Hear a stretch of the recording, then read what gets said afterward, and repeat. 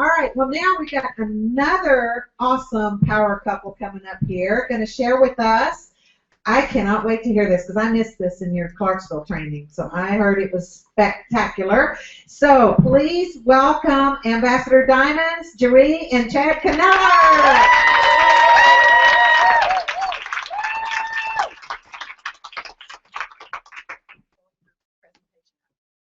You know, Melody is the very first Ambassador Diamond in this company, right? Yep, I need to give it up for her. Well, Chad and I, we have some slides and stuff that we're going to go through, but just to start this thing off, you know, earlier when I was talking about my aha, I talked about how not to compare yourself because God's always taken us through this journey, and He's making us go through the things that we go through in order to build some character in us. And some of you saw that Chad and I really just shot up really fast in this company. But what I want to do is preface this with, you know, where Chad and I started when we first got married, because we had to go through some stuff, man, before we found this company and God decided. We went through some exponential growth in the company, but man, we had to go through some stuff before that. So when Chad and I met about 10 years ago, he actually had 6 warrants for his arrest. And 2 weeks into our relationship, we had, 2 or 3 cops come to the bar that we were hanging out in to arrest him. And I was a barfly. I mean, I wasn't saved. We hung out all the time. He was a rock and roll singer. And we met each other, and a week later we moved in together. 2 months later, I got pregnant. And that was really a huge deal for us. That is something that God used in our lives to really change us. We looked at each other and we thought, man, you're screwed up. And he thought I was screwed up. And we were like, our parents are screwed up. We can't go to them for advice on how to raise a child. We couldn't. I mean, they really were. We were very, very messed up. And so we were like, well, I guess we got to find a church because there's probably some people in a church that would know how to raise kids because we have no clue. So we went to a church not to find God. We went there to go find people that we could trust that could teach us some stuff. And so what was amazing is we went to church that first Sunday, which was a struggle in itself because we fought over what kind of church we were going to go to. And so when we finally made it there, we both got saved that Sunday. And we got convicted because we were living together and we weren't married. So we got married when I was 8 months pregnant, and then we got baptized, and I was very, very pregnant then. So it was like a double whammy, you know. Got dumped, oh yeah. So, I mean, that was the beginning of our journey, and that was like 9.5 years ago when we got saved, 10-ish years ago. I don't remember exactly, but you know, we've been through some stuff over the late there. We shouldn't have stayed married. Statistically, we shouldn't be together now. And we went through a lot. I don't. Do you want to add? You probably went through more because I was kind of wild. I don't know who was more wild. We were both pretty crazy back then. But, you know, the big thing is kind of the mental shift back then was I was blaming everybody else for the lack of how I was living life, you know. Just thinking, oh, people, these jobs just don't want to pay what I'm worth, you know, if those Democrats, you know, would just change some things, and I was blaming everything else. You know, if I was to make a list of all the things, the reasons I had failed in my life, the one thing that I didn't put on there was my own self. You know, it's just this, I failed because of this, and I was living a life of blame instead of a life of responsibility. So that's the first thing I just really want to kind of show you with this is if you will change, then everything will change for you. Because we're all where we're at right now because of the decisions that we've personally made. They've led us to where we are today. And, you know, what I've learned is that we can change whenever we feel like changing. That's the coolest thing about human beings. You know, we're not like alligators or spiders or a goose. You know, a goose just flies south in the winter, right? Because they're a goose, right? They're going to just do that. It's just what they do.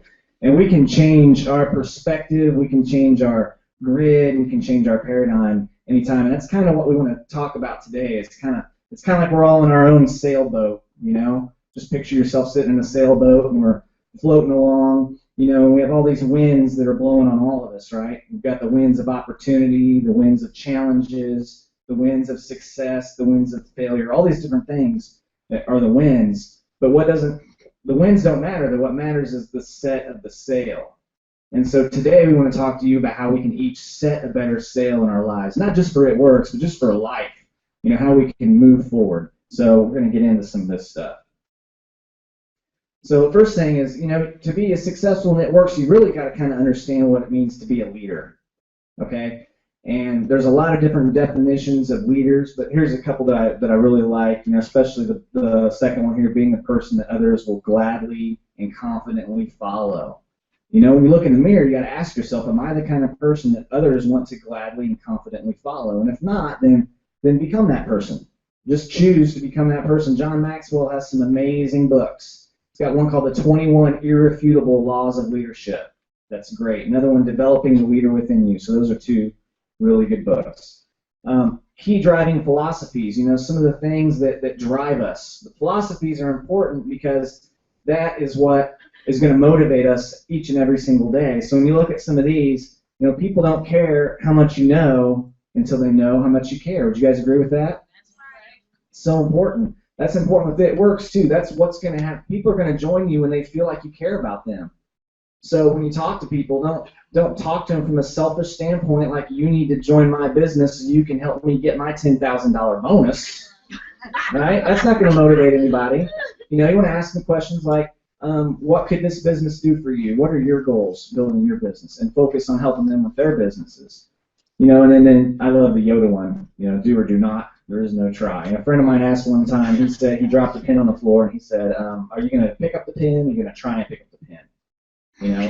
You just do it, right? Just do it.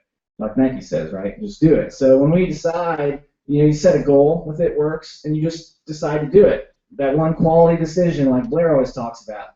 Make that one quality decision and just go after it and make it happen.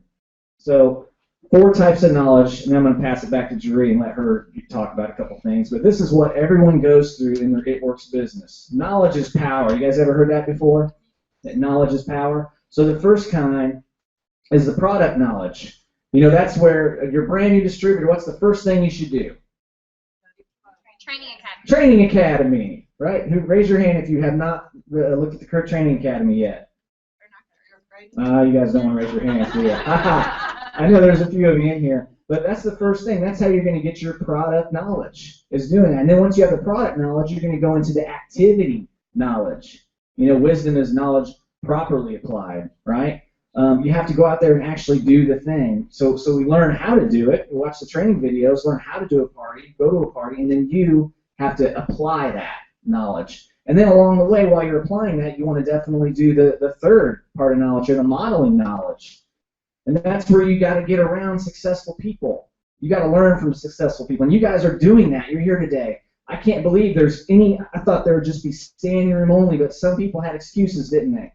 They were going to go until the day and they woke up and said, oh, I should probably mow the yard. The grass is getting too tall. I can't go to that. I got to mow the yard today. Right? Letting little tiny distractions take their minds off big, huge opportunity. So that modeling knowledge, that's just getting around people. That's getting on the YouTube channels and watching the videos and learning from people. And when Melody and Blair say they're going to be at Taco Bell at 10 in the morning on a Friday, I'm trying to get to Taco Bell at 10 in the morning on a Friday. It don't matter. It doesn't matter what's going on. So get around the people so you can learn those little tiny 1%ers that's really going to help. And then the fourth type is after you've modeled yourself after someone else and you've learned it and you've been able to do it, then you can teach it. Right? So you always want to have people you're teaching and always people that you're learning from. So important. So we're going to get into 7 habits now. I left the book down here. There's actually a book called The 7 Habits of Highly Effective People by a guy named Stephen Covey. And so we've taken those 7 habits and kind of It Worksified, the 7 habits. So this first one is one that's very important to Jaree and I, and we want to share that with you. So you want to talk about this a little, honey? Okay, so it says, high emotional IQ, our emotions need to go to school. And that's so important that when something happens within your organization, that you respond to it in a way that really honors that person and honors yourself. You don't just want to react, because trust me, sometimes my organization, someone will do something and my knee-jerk reaction is just to be like, oh my God, are you serious? But we can't do that. We really have to use wisdom whenever we're dealing with people, because you just never know where they are. And so you have to meet them where they are, and you have to be a problem solver. You have to find a solution for that. Yeah, and I love this at the bottom, the responsibility. We have the ability to choose our response. You guys ever think about that? You're driving down the road, someone cuts you off, and what do we want to do? We want to honk, we want to give them the bird, we want to, but, I always just want to kind of drive up and bump them with my car, but Jaree doesn't want me to do that. So you have all these things going on. Well, as we educate our emotions, our emotions, we want our emotions to serve us, not embarrass us, right? So as you're going through this, we educate our emotions, and you can get to a point to where the things that might upset us now don't upset us anymore like they used to. Okay, that's just called taking our emotions to school, which is very important. So, of course, habit one, being proactive, is the opposite of being reactive. And when we're proactive, then other people don't have that power over us. You ever hear the phrase, where someone says, "You make me so mad"? Right? So when we tell someone they make us mad, we're giving them all the power. We're just kind of walking through life and waiting for something to make us mad or make us this or make us that and accusing everyone else and living a life of blame instead of a life of responsibility like I used to. When we live a life of responsibility, the wins don't really matter anymore because our emotions are educated. So be proactive, not reactive. That's just talking a little bit about the pessimist complains about the wind. We were talking about the optimist expects it to change and the leader adjusts the sails. I love this quote by Renessa. Renessa is just an amazing person, and what's it say there? If you don't have a solution, I don't want to hear your excuses. When I hear someone's excuse, someone told me one time they just hear peanut butter. They called you today and they said, "I can't make it there because of blah, blah, blah, blah," and I'm peanut butter. You ran out of peanut butter or whatever. It doesn't matter what the excuse is, right? I mean, it's just, if you're going to do something, if you say you're going to do something, then just do it. Habit two, begin with the end in mind. And this is so important. You want to talk about this picture? Yeah, this is really exciting because I did this and I didn't realize it would get as much attention as it did because Pam Souter ended up putting it up on her page.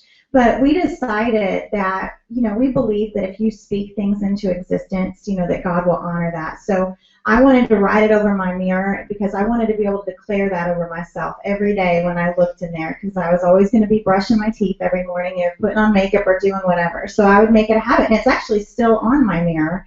But it said, when did we do it? Back in November, maybe? I think it was November, December time. And I wrote, "I am ambassador, 80,000 a month, 2014. And my goal was to be ambassador by March 31st. And we made it on March 27th, 26th. We made ambassador. I'm still working on the 80,000 a month, but we're not too far away from that now. So it's really exciting, but I'm keeping it up there to remind me on my mirror every day that that's my goal, and I'm not taking it down until I hit that. Or if the Lord tells me that I need to raise my number because that's not high enough, I'm going to do that too. You guys need to do that. That's really important. What I was getting at, though, is even if your goal, it may not be ambassador, but you have to ask yourself, ask God, like, where am I supposed to be at? And whatever that first number is that you hear, that first promotion, you need to write that one down, even if it looks scary, because that's what you want to declare of yourself. So make sure that you do that. It's really, really important that you have it. It's plastered all over our house. We have scriptures and all kinds of things every time you look into a mirror. Awesome. And then you really have to, to make that happen, that's a whole lot of people having success, right? So when you're beginning with the end in mind, it's like, okay, we have to really help a lot of people have a lot of success. So at the beginning of the year, we started training our team on what was, we called a 90-day run. So we were getting them just trained up on how we were going to do this as a team all through January. And then once conference hit, and part of the requirement was that they had to post and tell us where they wanted to be by the end of April. And so, and this was in January, so this is way back in January, talking about where we're all going to be by the end of April. So we talked about that and we trained on that. And yeah, and in between conference and April, we've had 42 people on our team promote to Diamond, 15 promote to Double Diamond, 10 promote to Triple Diamond, 1 promote to Presidential Diamond, and over $1 million in good bonuses that were earned just in the last 3 months. So it's so important that you think where you want to be, by the end of this month, by the end of the next 3 months, by the end of the year. And if you just determine that, you plan it out, and you think about it, most people spend more time planning a 2-week vacation every year than they plan out their whole entire life.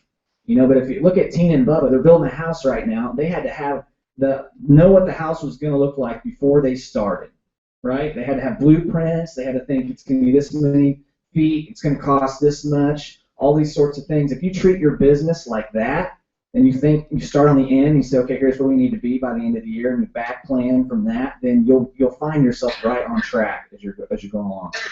So here basically is a great quote. If you are not intentionally planning to succeed, you are unintentionally planning to fail. Okay, and that's so true. Okay, so habit 3, put first things first. And this is just about the day-to-day activity and what you're doing with it works. There's things that we should be doing to grow our business, and there's things we definitely shouldn't be doing. Yeah, the things that we should be doing is obviously Susan and Michael really gave us some great tips for social media. And if social media isn't your niche, because it's not for everybody. If you don't even know how to post a picture on Facebook, you shouldn't be using Facebook. You need to be out wrapping people. And if you are excited and you love being around people and you go from party to party, that's great. That's how you should build this business. So don't put yourself in a box and think that you have to be like one of us. You do what you were designed to do. But signing DTs and LCs, make sure that you guys are going through the steps of success. Nothing inspires your team like you leading from the front and you being out there, signing up those loyal customers, signing up those distributors. Make sure that you're getting through those steps of success at least once per month. If you expect your brand new distributors to do it, then you need to be doing it too. Team building and recognition, just like Susan was saying, it's very important. So many people never got recognition as children or even as adults. They didn't get any of that. They never got the atta-girl, atta-boy. So when you put out there, even if they did make executive, that's a big deal. Do you know how many people signed as a distributor and quit a week later, or they never do anything with it? So when you have a distributor go executive or Ruby, you need to really make a big deal out of it and publicly just commend them and recognize them in front of their peers. That's huge. Yeah, it's those income producing activities. You got to get a little extreme. I mean, we kind of joke around with it. We say that Jaree wasn't showering for weeks at a time. And I don't think you went for weeks. I really did go about 2 weeks without showering. That's true, but we were promoting the presidential at the time, and I knew that. Yes, when we were in that 90-day push, especially the first one that ended up being about 101 days, and that was our journey. We went to conference in January. I was a diamond. Chad was an emerald, but he had actually fallen down to executive that he was paid that month. So we went and got so excited about all the promotions that were rolled out. So we knew in that moment when we thought, I was like, man, can I be triple in 3 months? Can I do this? And we were like, well, all things are possible through Christ who strengthens us. So sure, why not? Let's try and do this thing. And so we promoted to double in February, to triple in March, and to presidential in April. And then 2 months later, Chad went presidential. And we did that by doing a 90-day run. And really what that looked like for us, you can start your 90-day run right now. You don't have to do it at a conference. It's just really good because you got a lot of momentum coming out of there. But we would talk to 3 to 5 brand new people every single day. Like we would intentionally get people on the phone that we have never talked to before about the business. Because remember, you're not talking to those people that you've already talked to before. You don't want to beat that dead horse. That's a waste of time. So you want to make sure that you're finding creative ways. My way was Facebook. I was really good at networking through social media. But there's other people that are really, really good at going out and meeting people and blitzing. I am a ninja blitzer. I still get nervous blitzing people face to face, and that's okay. That's great about this company is that you can there's all different avenues you can do it. There's just not one cookie cutter way. So make sure you're talking to brand new people. If you talk to brand new people every day, you will sign up distributors and loyal customers. And what we found out is that 3 to 5 ratio, if you really do that and stick to it, is that you can sign up about 20 distributors a month. There's no way that you can't. But you get a lot of no's. Chad and I, we've had to learn to discipline our disappointment because we've had days where we talked to 8+ people and they all said no. They all said, no, I don't want to be a distributor. No, I don't want to be a loyal customer. And we could have gotten really depleted and deflated and said, okay, well, this doesn't work. But it's not about how many yeses you get. It's about the activity. It's about the act of you talking to 3 to 5 brand new people every day. When you do that, you go through the numbers, then you're going to, by default, sign people up. But you just have to get over yourself a little bit and not take it personal. They're not rejecting you. They're just saying, no, not right now. Yeah, and that's why we're talking about some of these habits, because at the end of each day, if all of us were just to look in the mirror and say, if my whole entire team did what I did today, would anyone have made any money? And if your answer is no, then you need to change. You need to change and start building your business, and then other people will follow suit and they'll follow your leadership. So that's the third habit. Let's see, number 4. And then this is, Kami Dempsey. I love it when she says, you can do anything, but you can't do everything. All of us have one thing in common, that we all have 24 hours in a day, right? We all have 24 hours in a day. The wealthiest people in the world have 24 hours in a day, and the poorest people in the world have 24 hours in a day. So it's what we do, what we choose to do with that time. And I know a lot of us are busy. I mean, we've got 3 kids, homeschool. When we started, I was in the military, 12, 14 hours a day sometimes, deploying, gone for weeks on end. And you'll make the time if it's important. You're making time for right now what's important to you, whether that's 4 hours of TV a day. Those 7 shows that you just, we have our shows we like to watch, but some people have 7, 8, 10 shows they watch every week. It's like, and then they're like, man, my business isn't growing. I'm like, well, your TV watching's been growing. That's why. There's no BB in TV. I love it. Blair said that at one of our trainings, and that has always stuck with me. And so we went through our 90-day run. Our TV was not on unless it was on Nick Jr. to keep the kids quiet, so we could just kind of throw them food because we were working. They had greens, so they were good. But those poverty-producing activities that he was talking about, quit playing Candy Crush. Nothing irritates me more than one of my distributors that messages me and says, I can't get any loyal customers or distributors, but they're sending me requests to play Candy Crush or something stupid like that. It makes me so mad, because if they would if you love to do that, I'm not beating you up, but I'm saying if your business ain't flourishing and you're spending more time on Candy Crush, you might need to reevaluate a little bit. But, it's true. And so just make sure that you're carving out and using the time you have. You only have a couple hours a day to do stuff. Make sure you're making it intentional to focus on it works and not the other stuff that's not going to pay you a dime. Awesome. So habit 4, be a servant leader. If you look at the leader, if you look at, Tina and Bubba, and you look at Melody and Blair, they're servant leaders. They prove that. The proof is in the action, right? We were brand new distributors. We were asking for help. They drive down, not making hardly any money off what our team's doing, but they just had that servant leader mentality where they'll help out. And that's how we all need to be. And when you're that way, it just works, and your business just grows. Your check will always reflect how intentional you are about helping other people on your team. And we were at a leadership last October. And that's Cindy Pentecost, our CEO's wife. Washing the feet of a distributor, and just showing us a good example of servant leadership, and of course, modeling ourselves after Jesus and the stuff that he's shown me. You want to learn about leadership? Open your Bible up. You've got everything about leadership in there. Habit 5: understand people and their strengths. Okay, who has not seen this picture before? No. You haven't seen it? Okay. Raise your hand if you see an old woman in this picture. Okay. About maybe 8, 10 people. Okay, now raise your hand if you see a young woman in this picture. Okay, a lot more see a young woman. So see, I could get a good argument going, right? Some of you see the young woman, some of you see the old woman, and that's really because you're seeing 2 different things. Because if you look, okay, so the young woman.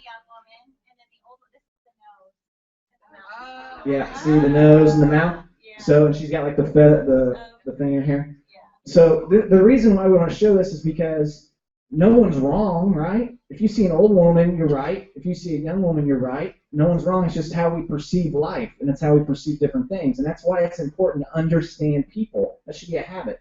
And we don't have time to get into all the personality colors and stuff, but there's a great personality test that can kind of let you know if you're a red person, a blue person, a yellow person, or a green person. The red are the ones that are just super driven and motivated and ambitious, and and that's their strengths. But their weaknesses are they'll just bury people. They'll stomp right through the crowds and just stomp people down and bossy. Yeah. And then you got the yellows, and the yellows are the ones that love this business because they get to help people, You know, they love that part of it. Love that the products are life changing and stuff. What's The bad part about yellows is you can be a doormat. You can let people walk all over. You can spend a lot of time on the wrong things. Okay. And then you got blue. The blues just love to hang out, be social, right? They're like, ooh, there's a crowd over there. What are they doing? They run over there, you know, they're like, oh, damn, you know, having a lot of fun, you know, all about fun. It's like fun, fun, fun. You start talking about charts and stuff, they go to sleep. They leave the building. You're like, where'd they go? You know, and then you have the greens, and the greens are the ones that before they join, they read through all the policies and procedures. Before they click that box that says terms, agree to the terms and agreements, they're like, whoa, whoa, whoa. I got to read all this stuff and see what's going on. So, you know, that's the greens. Very, very. That's the good side. They're organized. They could set up an event like this in their sleep and like have everything very coordinated and organized and very good to go. So, habit 6: build with a team. There are no lone rangers, and it works. Okay, everyone here. If you're doing it with your spouse, that's great. If your spouse isn't interested, find a workout partner. That doesn't have to be your upline or your downline, or it could be a sideline person. Just have someone that you can talk to and be accountable to on a daily basis. So at the end of the day, you can call them and say, you know, I blew it. I got sidetracked and watched 2 movies instead of making the 10 calls I was supposed to watch, or whatever. You know, just have someone that you can dream with. You know, that you can really build this business with. You want to talk about that? Sure. Where are we at? Okay. Well, did you talk about the sideline working together? Oh, you did. I see. I don't listen to him. I'm too red. Always thinking of the next best thing. Okay, promoting to Diamond happens when you help 3 people promote to Ruby.